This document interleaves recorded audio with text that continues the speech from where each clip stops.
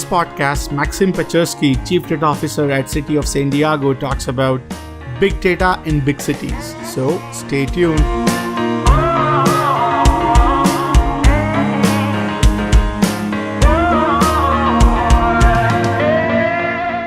So welcome everyone to another episode of Future of Data podcast. Today we have with us Maksim Pacheski.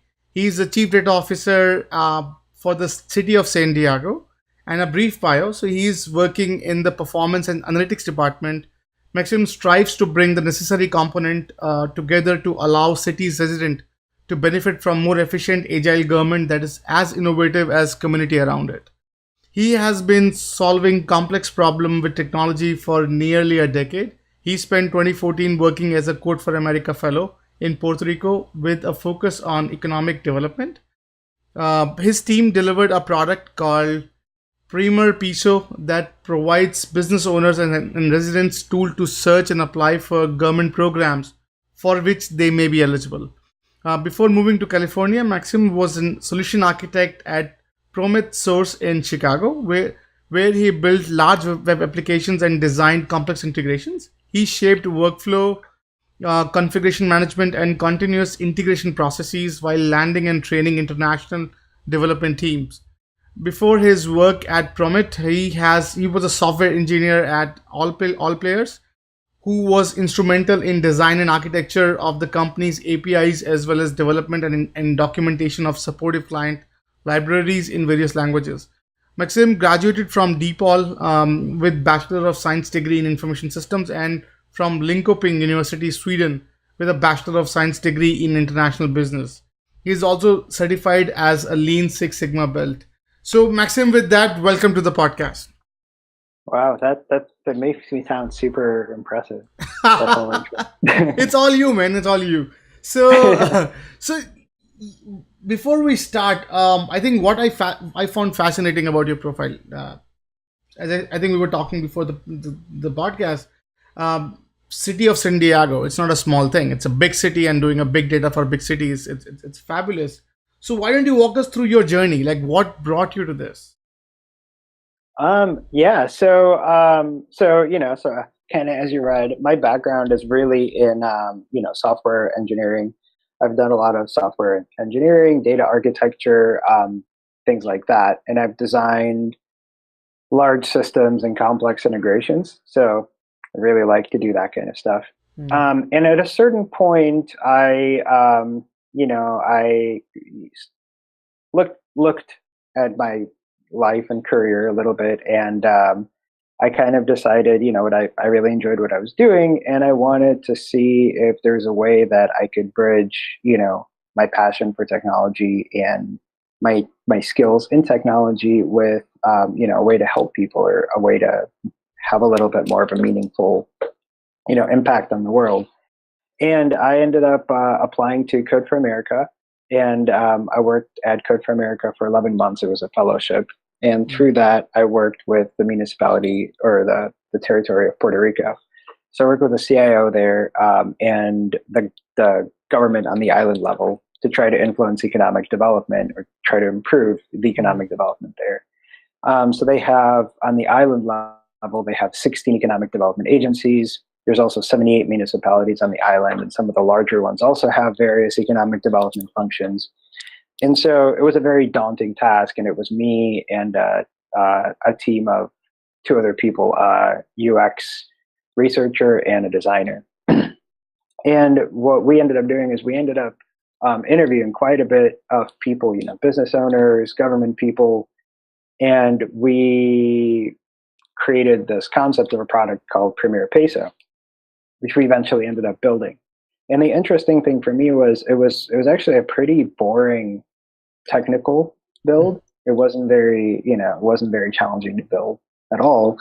But it was the right solution. And the impact that it's had was, when the fellowship was coming to the end, I was like, hey, I like doing this, even if I'm not pushing technology all the way to its limit, or even if I have to compromise there, I really like making a difference in people's lives. And and then honestly, this just kind of came up on a mailing list. And I saw that, this is a C-level position and eighth largest city in the country. And, I'm just like, what the heck? I'll apply. I'll see what happens. They're probably looking for a bureaucrat. I have tattoos, so we'll see. Um, and I ended up getting a call for an interview, and then I actually ended up interviewing with the mayor. That was my last interview, and I almost screwed that up twice because at first he comes into the room and I'm sitting there, and then he's like, "Do you want a cup of coffee?" And if you ever ask me for coffee, my instant answer is going to be yes, like no matter what time of day it is, or And so I just instinctively said yes, and so he goes and makes me a cup of coffee. And so I'm like, oh my God, the mayor's making me a cup of coffee. I'm done. and and then as the interview goes on, he asks me a question, and I pull out my laptop, and my laptop has a bunch of stickers on it. And one of those stickers is, like the Facebook, thumbs up. Well, it's the same style, but it's a middle finger. It's from the hackathon. So I open my laptop, and there's a middle finger facing the mayor. I didn't know this at the time. I only found out like 3 months later after I got hired. But obviously, he he can take me asking him for a cup of coffee and flipping him off during an interview. So seems like a good place to work, right? That's a fascinating story. Thank you for sharing that. So what do you do now? Like, what's your work looks like nowadays?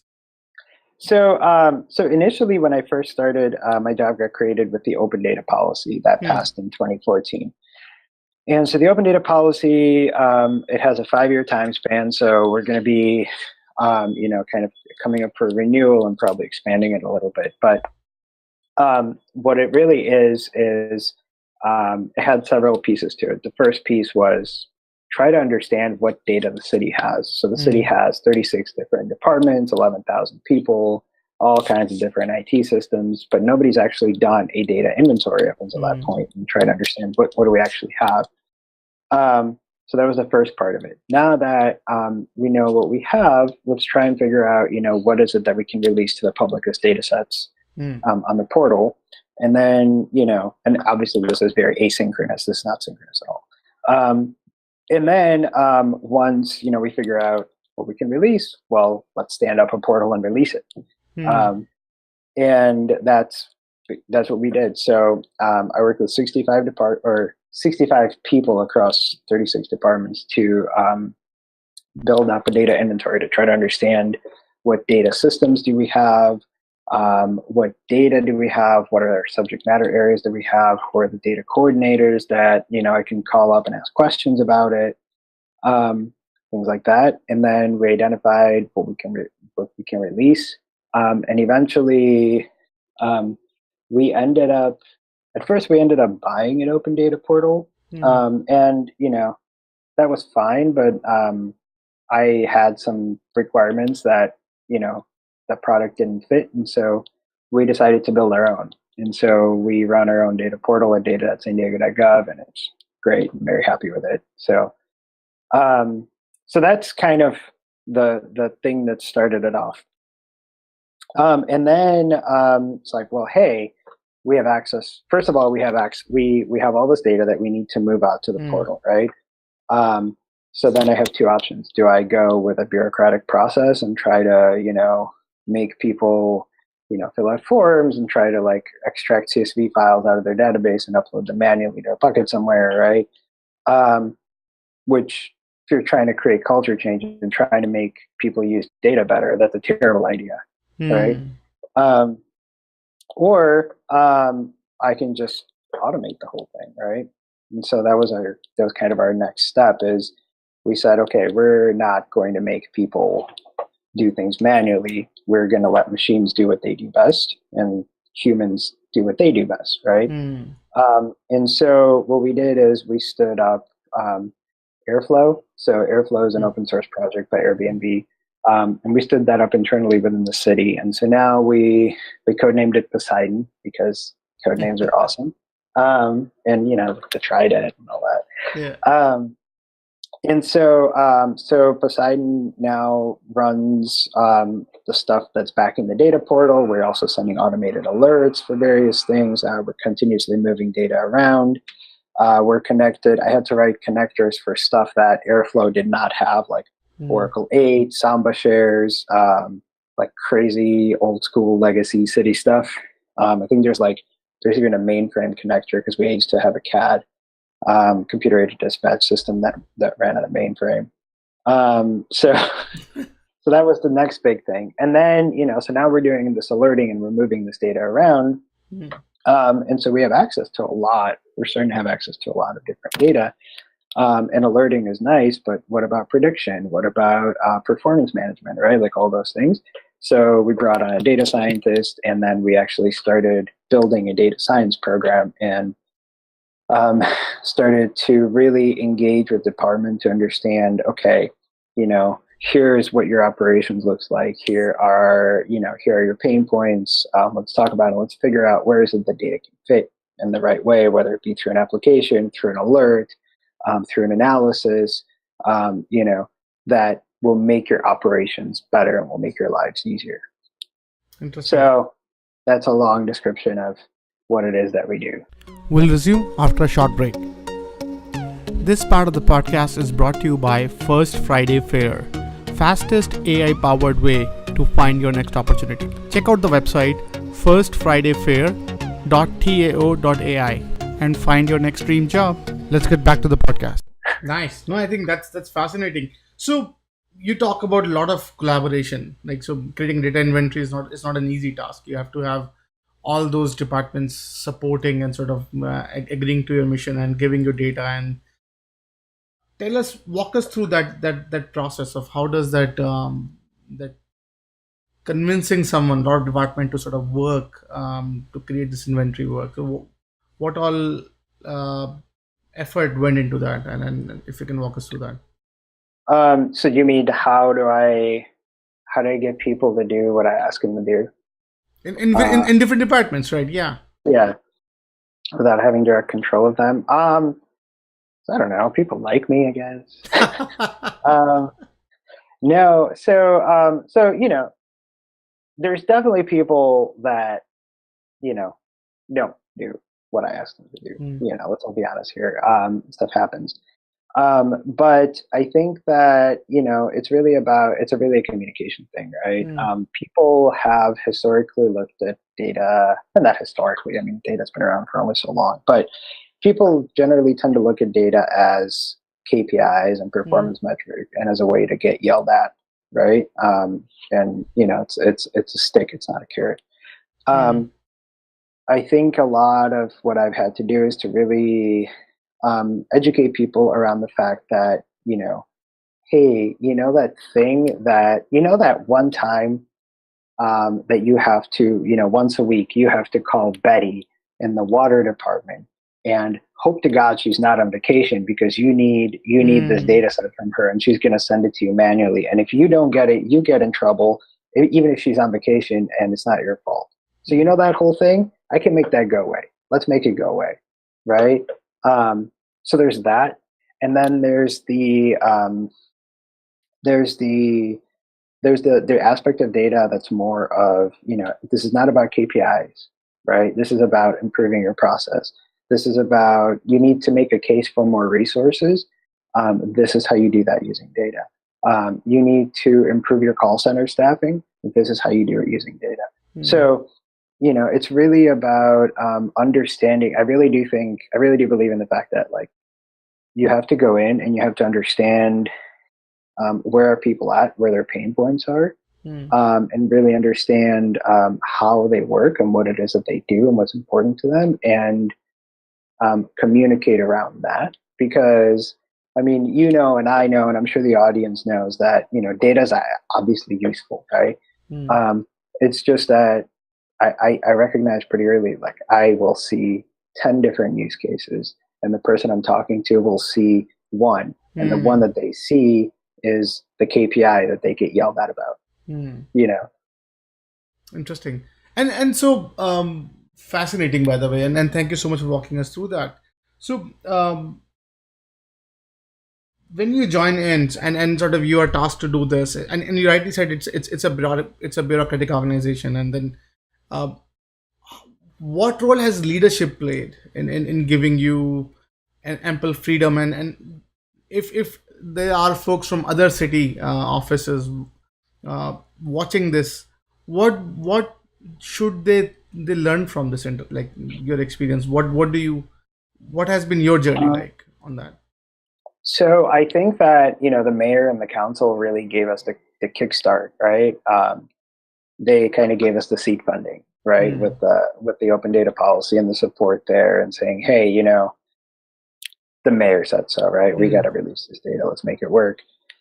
Um, but everything, all the other stuff I mentioned, the automation, the analytics, all that, that was purely um, collaboration with other staff, right? I think that at least for us, the culture here is um, I can go talk to the COO or I can go talk to the directors and soak in my team. And it's not, there's no that rigid hierarchy that you kind of generally envision in government. People are very open and very receptive. Hmm. Um, and I think if you're able to communicate well and if you're able to convey the value of what you're trying to do, I think that that's a big win, and it's a way to get things done. The other things that we've started doing, it's probably like more of the advice that I would give is Hmm. data is a buzzword, right? Like we kind of operate in this buzzword space. Also if you're working government, smart cities, another buzzword. And so, initially when we started doing more of the project-based work, Hmm. people would come up with these projects and we'd be like, yeah, sure, we can build that. We come back and we work for a month and we build it, and then we come back and it would never get used, Hmm. or it would never go into production. And there's two things that we started to learn from that. One is now we have lightweight scopes of work. Hmm. So it's a very non-bureaucratic document. We go back and forth with the department. We narrow down what it is we're going to do. We're going to narrow down who the team is. And the way a scope of work gets approved is my main partner sends me an Hmm. email saying, okay, that's it. That's all I ask.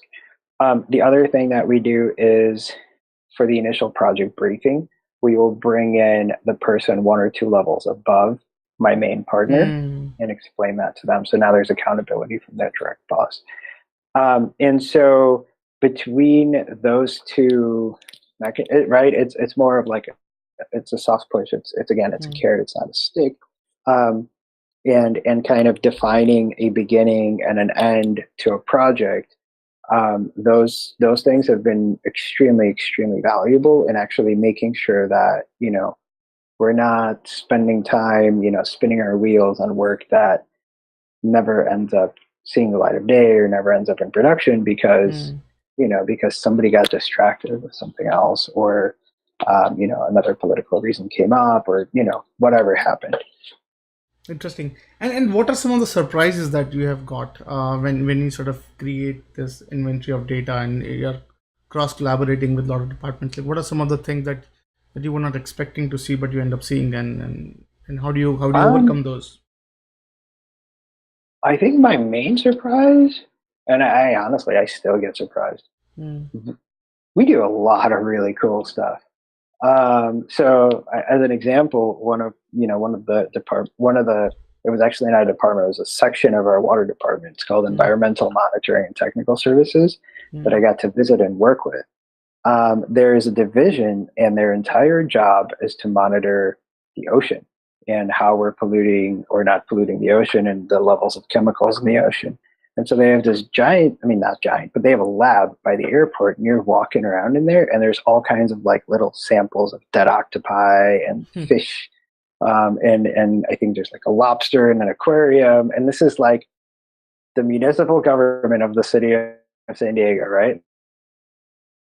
Like and there's um, they manage something called the LIMS, which is a laboratory information management system, which is an Oracle database, and they have to keep track of stuff in there, and they have to They spend a good chunk of time every year generating reports for the state of California, right? Like, it's really cool, some of the things that we do. Um, I think that was probably, we Hmm. manage an airport, right? Hmm. Like it's an entire spectrum of things, and so I think that was probably my favorite set of surprises that came up. Interesting. And San Diego is a busy freaking city. How do you end up sort of? How do you prioritize things when it comes to sort of which project to go for and which one should take precedence? How do you? What are some of the things that you, if you can walk us through that? We'll resume after a short break. This part of the podcast is brought to you by First Friday Fair, fastest AI powered way to find your next opportunity. Check out the website firstfridayfair.tao.ai and find your next dream job. Let's get back to the podcast. Um, so, well, remember how you asked me earlier, you know, what happened or how do I get people to work with me, Hmm. right? Well, they're not great at working with me. Guess who's going down lower on the list, Hmm. right? That's a really big one. It's, do we have a willing and capable partner in department? Can we, you know, um, we can't really work on the project if we don't have that. So that really Hmm. gets dropped. That's a really good way to drop it down. And I Hmm. mean, it's a city, right? It's a city government, it's a political organization. There's politics that gets involved. My Hmm. mayor's priorities are my priorities. And so, that's a really important factor in how we prioritize things as well. The other thing that we really focus on is, can we get the data? Hmm. Um, a lot of times we will have, um, for whatever reason, the purchasing contracts have been written in such a way where the vendor runs a database somewhere on their servers, and we're not allowed to get any data out of it at all, right? And so that's kind of a showstopper. Um, and then lastly, you know, impact, Hmm. because if I improve, um, you know, if for example I have a way to improve how somebody manages, public records documents Hmm. versus better dispatching of emergency medical services, right? Like the medical services is definitely going up because that's more impactful. Because there's Hmm. still a limited amount of things we can do, right? Like, and I don't have an infinite amount of time or an infinite amount of people, and you know, the things have to get prioritized. Interesting. And what are some of the ingredients of a leader of a data driven leader in city or in civic landscape? Like what are some of the qualities that are much appreciated in sort of in your template of Uh, data governance? Yeah. um, Tattoos, piercing, no. Um, so I would say I have a strong technical background, and I Hmm. understand how to put things together. Um, in terms of architecture, I think that is fair, and I also understand how to work with IT, Hmm.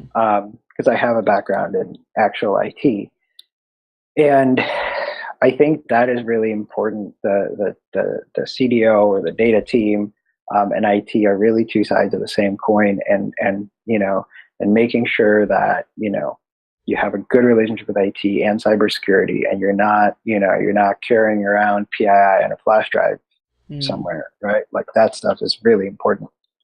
I think so. So I think that's a big aspect.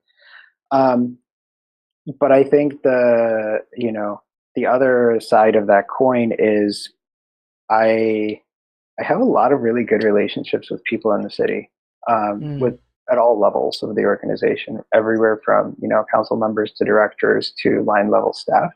Hmm. Um, and I mean, honestly, I think part of it is just like my personality, right? Like I have every lunch booked, and I'm at happy hour all the time. Not because I like drinking, but I actually drink club soda at happy hour. But but that is just the culture, and that is how you build Hmm. relationships. And that part is extremely important because people, and also, and honestly, being here for a while is important as Mm. well. People know that you're not some tech guy from Silicon Valley coming in, doing a news story, and then rolling out, right? Like, you're kind of, you're here. I've been here for a while. People trust me. I have relationships. Um, and,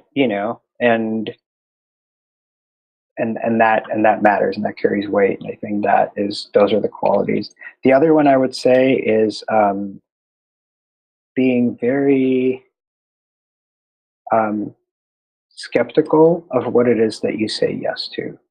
Mm. Um, so not that you have to say no all the time, but it's just like what we said earlier, right? There's a limited amount of time, there's a limited amount of bandwidth, there's technical limitations, there is, stakeholder limitations, there's all these different things. And so, you kind of, especially in the beginning, you definitely want to set yourself up to be successful and to show that you've been successful. And because that is how you build the credibility and that is how you build the relationship. So, so now that it's later on, I can take a little bit more risky stuff, Mm. um, because I have the street cred to be able to take the more risky stuff. Interesting. And how does your interaction with other cities work? So, like, do you collaborate with other cities as well, and how does that work? Yeah, so it's actually kind of cool. So I have just from personal relationships from Code for America, and it's just the Mm. people that I tend to hang out with that kind of do the same thing. So I have a lot of connections in cities across the country, Mm. and also Puerto Rico and some cities in Asia as well. Um, and I'm part of this thing called the Harvard Civic Analytics Network, Mm. and we meet once every 6 months, and it's CDOs from major cities in the U.S. and it's you know part therapy group, part knowledge sharing, and so we get together for 2 days in Boston, and there's an agenda, and we talk. Stephen Goldsmith puts that together, um, and that's probably the most valuable thing I go to in terms of conferences, because there's a lot of differences across city governments, but there's also a lot of similarities. Mm. And kind of just sitting there in the same room with people that have been through the same things as you have, or that are going through the same things as you have, and listening to how they address it is extremely valuable. Interesting. And in your interaction with other city representatives, like what have you seen are some of the shortfalls or some of the opportunities that other cities that you see that they could do to improve their infrastructure when it comes to or at least the knowledge of like what are some of the things that you hear a lot about other cities, and what are something they're doing wrong? So what are some of the cool things that other cities are doing? Um, Chicago, I know, has been doing quite a bit of work with. They did this really cool predictive project about rats. Hmm. Um, so I'm from Chicago, and rats are definitely a thing. Um, and and so they did this really cool predictive project about trying to figure out in which alleys rats are most likely to happen and try to address that. They've also done something with the community with Lake Michigan and the Hmm. water quality monitoring there. I'm trying to think. San Francisco, they've done a bunch of things around housing, which is also really cool. They actually have a really great site, Data SF. Um, and yeah, there's quite a lot. The Allegheny County, which is the county in Philadelphia, Philadelphia, yeah, that Pittsburgh is in. Um, they do some really amazing things in their health health section around predictive analytics around healthcare outcomes and public health. Um, I think that's really we don't deal with any healthcare data outside of Hmm. EMS, but if we did, that's definitely an area I would want to go for. And typically, does cities share their models with each other? I think so. You are blessed with, as you said, eighth most Oh populated yeah. city. So So yeah. one of the coolest things about working for a city is it's all, I mean, it's all open source, right? Like, I mean, obviously Yeah. we don't share like PII and things like that. But the Public Records Act request or the Hmm. FOIA at the federal level, right? Like you can go and make a Public Records Act and you can see all of my emails. Please don't do that. But so all of our stuff's on GitHub, Hmm. because why not, right? And that's just that cities are really open at sharing things with each other, because you know one reason is kind of just this commiseration, or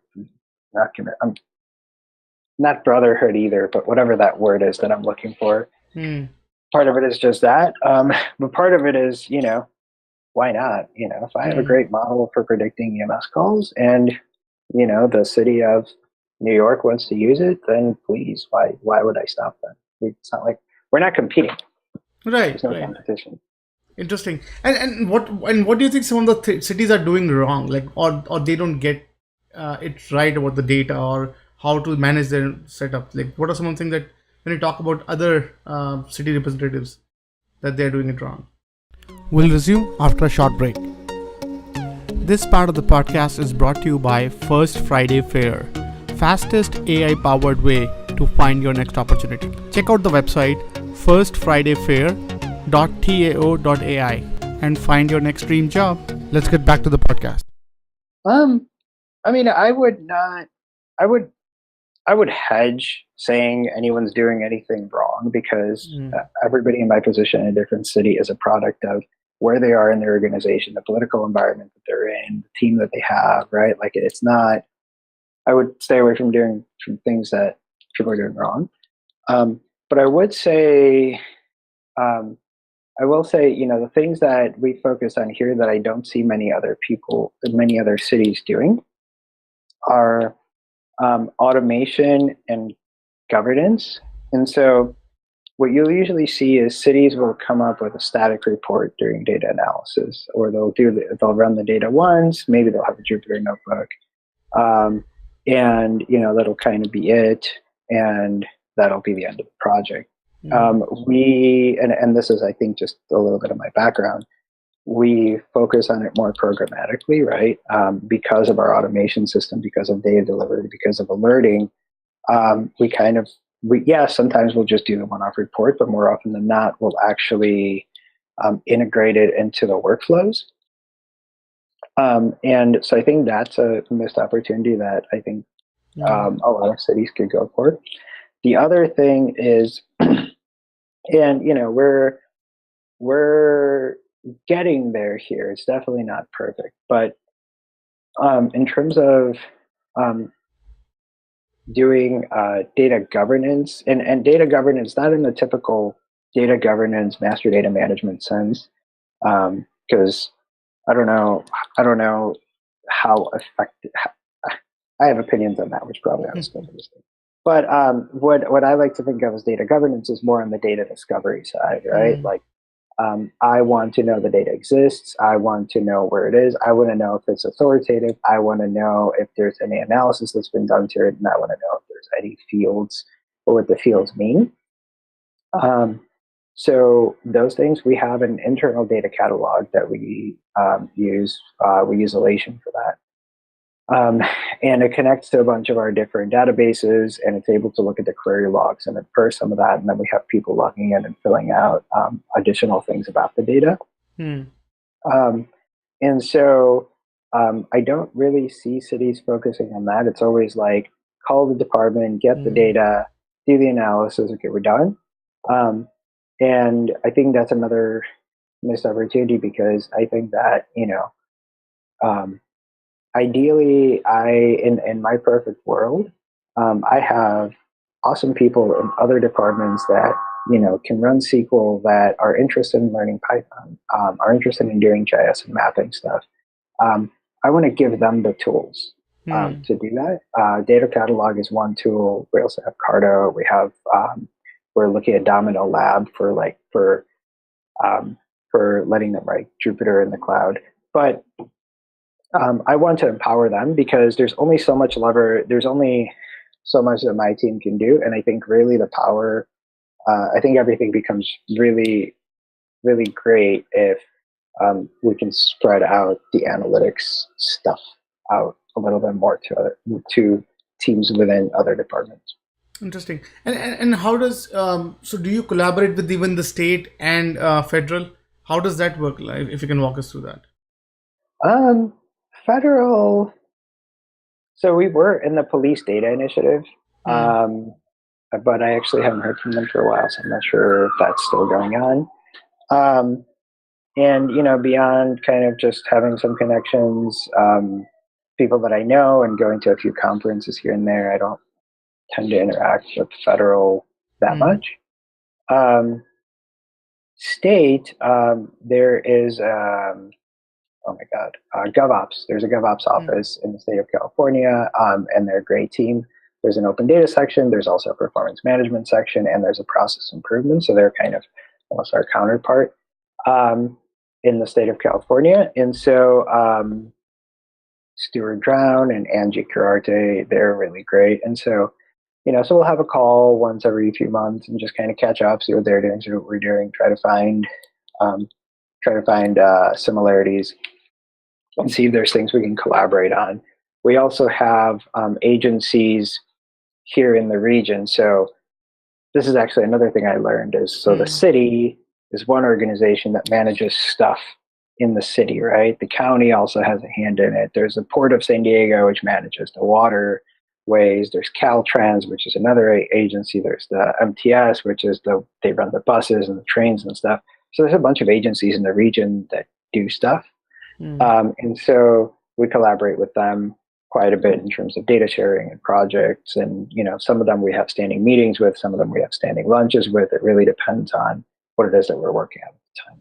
Interesting. And we hear a word called AI a lot. Like so, what is city mature enough, and then is it using AI in its, and can you share some of the use cases that you guys are using and are using AI for? So, hey, so as a developer, it's actually been really hard for me. Remember that thing I said in the Hmm. beginning about kind of having the discipline to Hmm. use the right technology for the job, even if Hmm. it's boring, Hmm. right? That's where I still am, right? Like I'm still using like fairly boring stuff for a lot of things we do, right? Like ETL is not cutting edge. Like let's just Hmm. all be honest here. Um, and in terms of AI, specifically AI, we have not found good use cases yet. There's really not much going on with AI because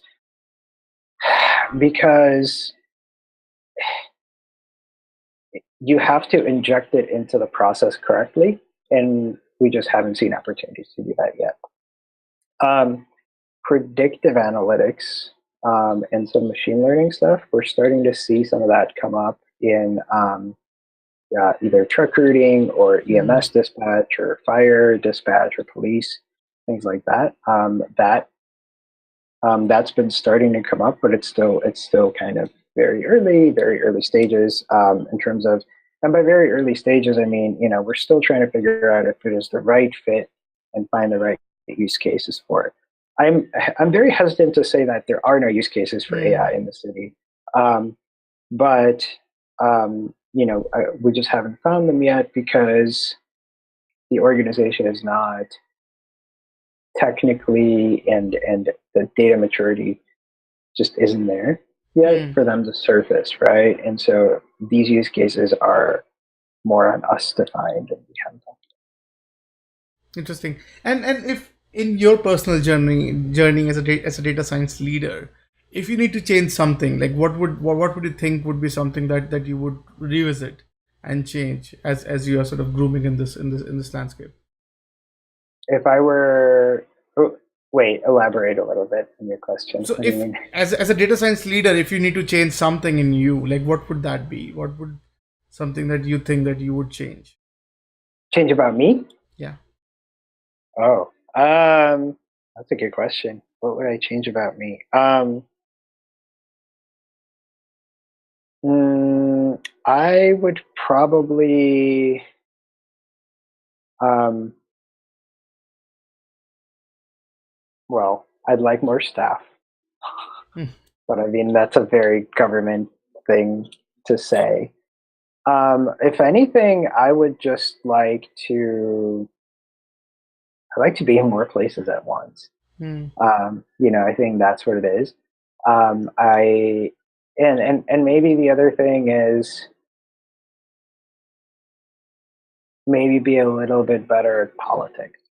Hmm. Um, I don't I think I'm okay with talking to people, to regular operations people that just want to improve processes, things like that.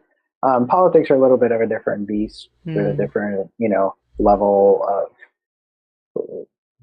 with like a 5,000 foot view instead of a thousand Hmm. foot view type of thing. That's probably what I would change, but I don't know if I would really.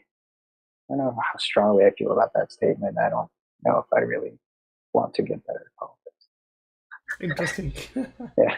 So if you look at the past trends, like what do you think is the future of data in cities? Like what are we looking at, say 5 year, 10 year down the line?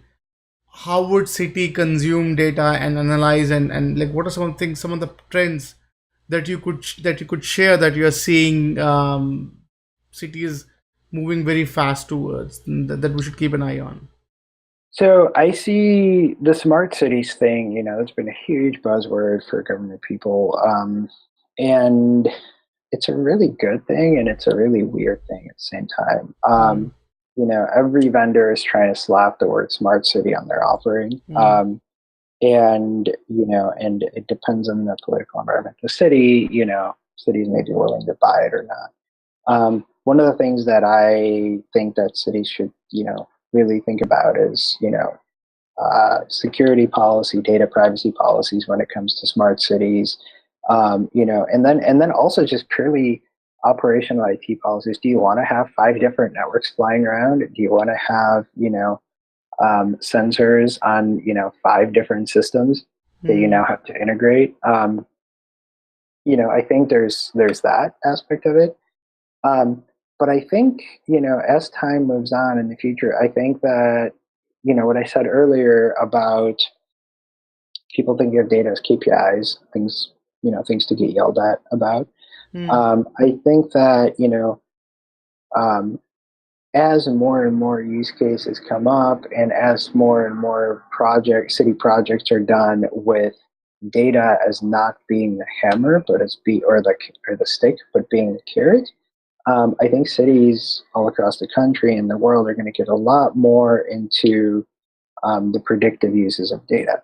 Hmm. Um, and I think that's actually how cities become smarter, not by not by putting a bunch of sensors all over the place. Hmm. Um, and so I'm excited for that to happen. And then the other thing that I'm seeing is, you know, Uber, Lyft. We have a bunch of scooters out on the streets, smart cars, or no, not smart cars, self-driving vehicles, right? All Hmm. these additional things that are coming online now. Um, there need to be policies developed for how these companies share data with cities. And then Hmm. once that data is shared, I think cities will really start thinking hard about using that data for future planning and future community development, and maybe resource allocation. And I'm really excited for that to start happening. San Diego is kind of slowly moving in that Hmm. direction, but Interesting. I think that we're, just like every other city, I think like there's still a lot of space to go there. Wonderful. And what are, so for a private enterprise, like what are some of the big opportunities that exist in the city landscape, that you, from your vantage point, that one should keep an eye on? Um, so I guess I'll say this to like all the vendors that, Hmm. some version of this to every vendor that pitches us, right? Is Hmm. don't pitch me a platform and don't pitch me a solution, right? Because when you're coming in, you're pitching me one of those, you're assuming that you know my problems and you probably don't. Um, Hmm. um, Pitch me the time that you're going to spend figuring out my problems, Hmm. and pitch me the time and how you're going to work with me to address them, right? Um, because so what I was saying earlier about we don't just go and build technology and throw it Mm, at something and expect a problem to be solved, right? We really mm, go in and understand what needs to happen and work with the department, try to figure out what is the right solution to that problem that they're having. The vendors, for some reason, don't do that. mm, They come in and it's like, hey, we have this great platform for, you know, integrating sensors across different devices, and so you can see it in your dashboard. I'm like, well, okay, but I don't. The sensors are like 1/10 of my problem. I also have SAP and mm, Oracle 8 over there, right? And what am I supposed to do with that? Why shouldn't that go into the same dashboard, right? Like, so that kind of stuff. That's probably what I would say is my number one frustration working with vendors mm. is them coming in and saying like, "Hey, here's our solution, and you should buy it." Like, no, no, no. You need to listen to what what my use cases are first, and how your solution can fit. I think that's a beautiful point. I think it's and thank you for sharing that, because this applies to almost. I remember like talking to city of uh, basic Atlanta at one point, and he actually said it best. He said, Vishal, you know what? One of their chief data guy, and he said that every time people try to sell us, and no one is trying to tell us. So he said that it gets very tricky, that they just go with their berserk, like after two sentences the same thing.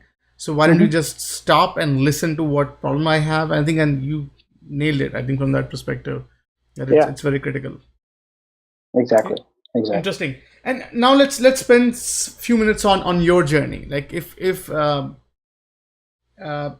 in your coming to this role, what are some of the things, or some of the qualities, or one, two, three qualities that you think that has really helped you stay successful in this role? Like what would you attribute those qualities be? Mm, well, so you know how beautifully spoken I was and eloquent on this podcast. Um, 4 years ago, that would not have been the case at all, right? This is all learned. Um, so it's definitely not one of them. I would say that having an understanding of technology, really, in terms of like Hmm. having built it and having used it and you know having worked with it, and an understanding of IT and cybersecurity and all that, I think that's probably the thing that's allowed me to succeed the most. Hmm. Um, Learning to talk, that was another big one, that helped a lot and kind of articulate what it is that I need, what it is that I want. Um, and the other part is, so because I used to work in startups and dev shops and on teams of developers, I I've been through the experience where I came in as a person that only knew about 20% of what I needed Hmm. to know to do the job, and I had a team that taught me. And then I also had the experience of knowing 100% of what needed to be done for the job, and having created a process for people, so the people that come in, one, to train up, but also to work in the process, right? So everything from like code management to continuous integration, um, to all of that kind of stuff. Um, that there's no architecture for that at the city, and so without that, I don't think we would be able to do our work, or it would be just a mess, right? So Hmm. I creating a process and enforcing it and running my team like a dev shop and like a dev team, um, that has also allowed me to be extremely successful. Um, and the other part is just juggling a lot of projects and a lot of things at once and waiting for Hmm. people at different stages and being able to manage all that and kind of creating this hybrid version of agile that's not agile. Um, that was really hard, but it was so worth it. Interesting. Yes. Well said. And one thing we ask all of our guests is to share some of their reads, or some of the books that they are reading, or they're like, do you have any favorite that you can share with our community members? Oh, yes. So the Phoenix Project, I think it was Hmm. written in 2013, maybe. It's an olderish book. Hmm. But it's a novel about IT and DevOps, which I know just sounds like a massive oxymoron, but it is actually a really light, great read. And it makes you think kind of about how, process and Kanban, project management, and, DevOps, and how all these things are important. And it's not just the end product, it's everything that happens behind it that is, is what forms your success. So I would highly recommend reading that book. Interesting. Thank you so much. And now we're at the last question, not the least. So, if you want the listeners and viewers to take away something from that conversation, like what would that be? So, what would be your closing remark for our listeners and viewers? I would say that uh, listen. Um, you know, Technology um, is a thing that solves a problem. It is not the end all be all, right? Mm. And you have to find the right problem to solve, and you have to solve it the right way. Um, and you have to be okay, like I am, unfortunately, with not using GPUs or AI or Mm. TensorFlow or machine learning if it doesn't fit. Mm. If it fits, great, go for it, right? Um, if but you kind of have to that part, that discipline part of saying I'm not going to use the latest shiniest tool is really freaking hard. But it is worth it in the end because you are actually making an impact. Assuming you made the right choice, you're actually Mm. making an impact in solving a problem other than just delivering a thing that nobody's going to use. Interesting. With that, Maxim, thank you again so much for your time and for being really candid about the nuances on what it takes to run a city and run the data setup for a city. I do appreciate that, and we are always welcome back on the podcast. Whenever you are in Boston, do give a holler. Love to meet over a coffee or something. So Oh, I thank didn't you. realize you're in Boston. Yes, Yes, I we're am in definitely Boston. Yes, I think that's why when you said you come often, do let me know, yeah. and then we should I'm catch up there once soon. every 6 months. I'm definitely going to hit you up and we'll grab a coffee. That's awesome. And with that, thank you so much and appreciate your time. Awesome. Thank you so much. And thank you so much for inviting me. It was really a pleasure. Awesome.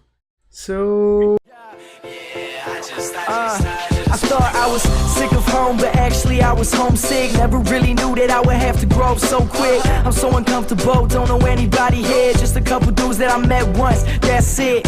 And I go into the booth feeling nervous. Got butterflies in my stomach like I'm so worthless. Is the mic on? I don't know how to work this. Inside I'm breaking down, I hope I'm not up on a